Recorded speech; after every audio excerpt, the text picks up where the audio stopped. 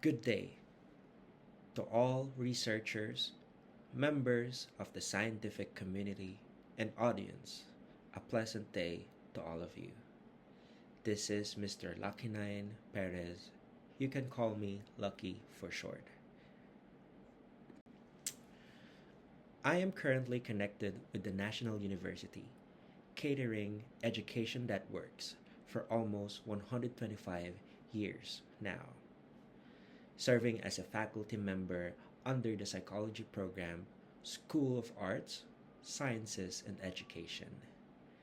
I have been in the field, educating and influencing the minds of the youth towards growth for 7 years.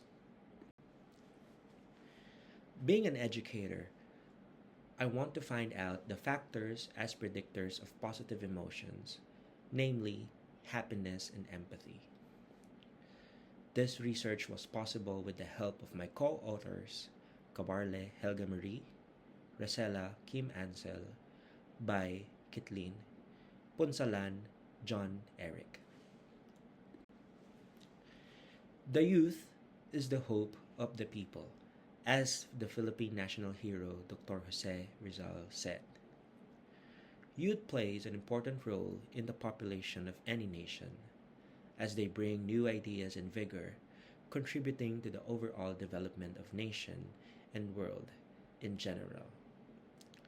As such, adolescents' mental problem is increasing continuously. This problem is very severe and dangerous for society as well as nation, according to Rahman, Ansari, and Pervin 2016. Today, psychological and mental health has been acknowledged at par with physical health over the world. The World Health Organization describes health as a state of complete physical, mental, and social well being and not merely the absence of disease or infirmity. And as stated in any of the positive psychology books, happiness considered as one of the important determinants of subjective well being, and as stated by David, the need to ensure the proper health and development of adolescents increases manifold. The definition of health has itself undergone various changes over the years. Empathy leads to positive youth development, and it develops extensively during adolescence. It also helps in the development of emotional and as well as social competence in adolescence and adulthood. This study was grounded in the three various theoretical framework as shown. The first model would be Martin Seligman's authentic happiness and PERMA model. The PERMA is an abbreviation for positive emotion, engagement, relationship, meaning, and achievement. And it is all believed that we can feel happiness through the five elements as proposed by Martin Seligman. The way we choose our course in life is to maximize all five of these elements, thus eventually attaining flourishing. Secondly, this is grounded by Hoffman's theory of the moral development. According to this theory, each individual possesses empathy, in which it defines as the response to another situation than one's own. And lastly, this study is grounded by Carol Reich's psychological well-being. And as defined, well-being is multidimensional and not merely about happiness or positive emotion. Additionally, a good life is balanced and whole, engaging each of the different aspects of well-being instead of being narrowly focused. To guide us towards the objectives of the study, the following questions were formulated. Number one would be, is there any significant relationship between happiness and empathy? Two, is there any significant relationship between positive emotion and psychological well-being? Three, is there any significant difference in the positive emotions of the respondents when grouped according to their profile variables? 4. Is there any significant difference in the psychological well-being of the respondents in terms of demographic profiles? 5. What factors can predict the positive emotions and psychological well being of the respondents? And lastly, does the factor positive emotion can predict the psychological well being of the respondents? The method used in this study was descriptive correlational method of research. Additionally, this research utilized regression analysis to further analyze and understand which among the independent variables are related to the dependent variable and to explore the forms of these relationships. This study also utilized stratified random sampling, whereas the sample population of the study was composed of 825 high school students from different strands. The research was also utilized standardized questionnaires consisting of three parts. The first part would be focusing on the PERMA model, the PERMA questionnaire of Martin Seligman, that focused on the level of happiness, a 23-item 10-point Likert scale used to measure the level of happiness through the 5 components. Second, the Toronto Empathy Questionnaire of Spreng et al.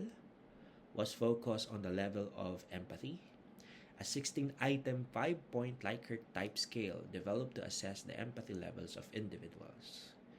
And last questionnaire would be the psychological well-being of Carol Rife, that covered the psychological well-being among senior high school students. A 42-item 6-point Likert type scale was used to measure the degree of psychological well-being among the respondents. The data were tallied, tabulated, and analyzed using Statistical Package for Social Sciences, or SPSS, and the following appropriate statistical tools. The results showed that the following have significant relationship because the p-value was lower than 0.01 level of significance. Namely, the relationship between the level of happiness and empathy, the respondents' relationship between the positive emotion and psychological well-being, and the difference between the level of positive emotion and respondents' demographic profiles. On the other hand, the following have no significant relationship because the p-value of each were greater than the level of significance.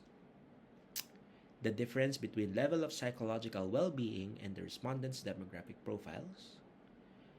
Another one would be the factors that can predict positive emotions.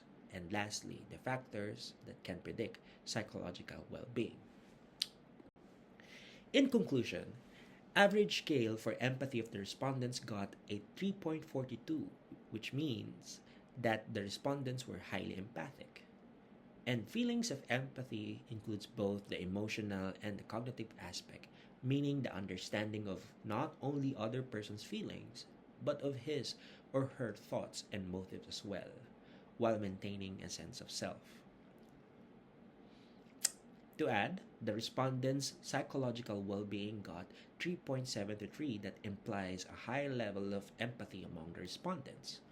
The higher the score of the domain is, the higher and the closer it is to have an empathic feeling amongst individuals. And to conclude, all of the 6 domains of the psychological well-being had resulted in high scores, thus showing high level of psychological well-being among the respondents. And this indicates that individual possesses the feelings of goodness within and can function rightly in daily basis. To sum it up, the respondents had high positive emotion because they feel excited and interested in things as well as they enjoy, making other people feel better. Additionally, the respondents also feel that life has been a continuous process of learning, changing, and growth. That's why they possessed high levels of psychological well-being. Like any other study, this study has its own limitations of the findings, followed by the recommendations. One limitation would be students were recommended to join in any extracurricular activities held by the school, barangay, churches, wherein they can express themselves and continue to engage towards others. Continuous engaging positively towards others equals to maintaining the relationship. To the teachers, professors, and guidance counselors, they were recommended to promote positive psychological well being among their students by promoting and constantly reminding the students about mental health to raise awareness. This includes including into their lesson plans in certain subjects such as health or other related fields about tips that can regulate positive emotions and well being. Practitioners in psychology and counseling should employ as well the usage of positive psychology intervention, also known as PPI, in which intervention will be anchored for students' flourishing. Engaging on practical considerations such as program development, experiential objectives, key messaging, meaningful presentation of empirical evidence, and such would also help flourish the individual's or the student's psychological well being. For future researchers, this research can be used as a reference for any study relating to positive emotion and psychological well being. And it is also recommended that other researchers may use other methods in research and other variables rather than happiness or empathy. The study would impact the following factors, the following aspects in the community. First is to the student. This study will impact the students to have better understanding of themselves. The result will provide the students with some knowledge of what they can do to improve their psychological well being. Furthermore, they can identify aspects of their academic lives that are a key prerequisite in maintaining their well being and performance. Happiness and positive empathy can be used to better establish good rapport with their peers and or teachers and resulting in positive psychological well-being. For parents, this study would impact parents and they shall receive a knowledge and realization about the state of their children's psychological well-being. For teachers and professors, this study will provide deeper understanding towards their students. The given data will guide teachers on what to do in incorporating positive emotions more in their course syllabus. And lastly, for practitioners in the field of psychology, the findings can help guidance counselors and such in planning and organizing programs geared to students to vocalize their difficulties toward various emotional problems they might face, as well as guidance counselors and practitioners in the field can conduct monthly workshops for students on how to deal with managing their academic problems, utilizing more positive emotions like happiness and empathy. So these are the references for this study. Thank you for listening.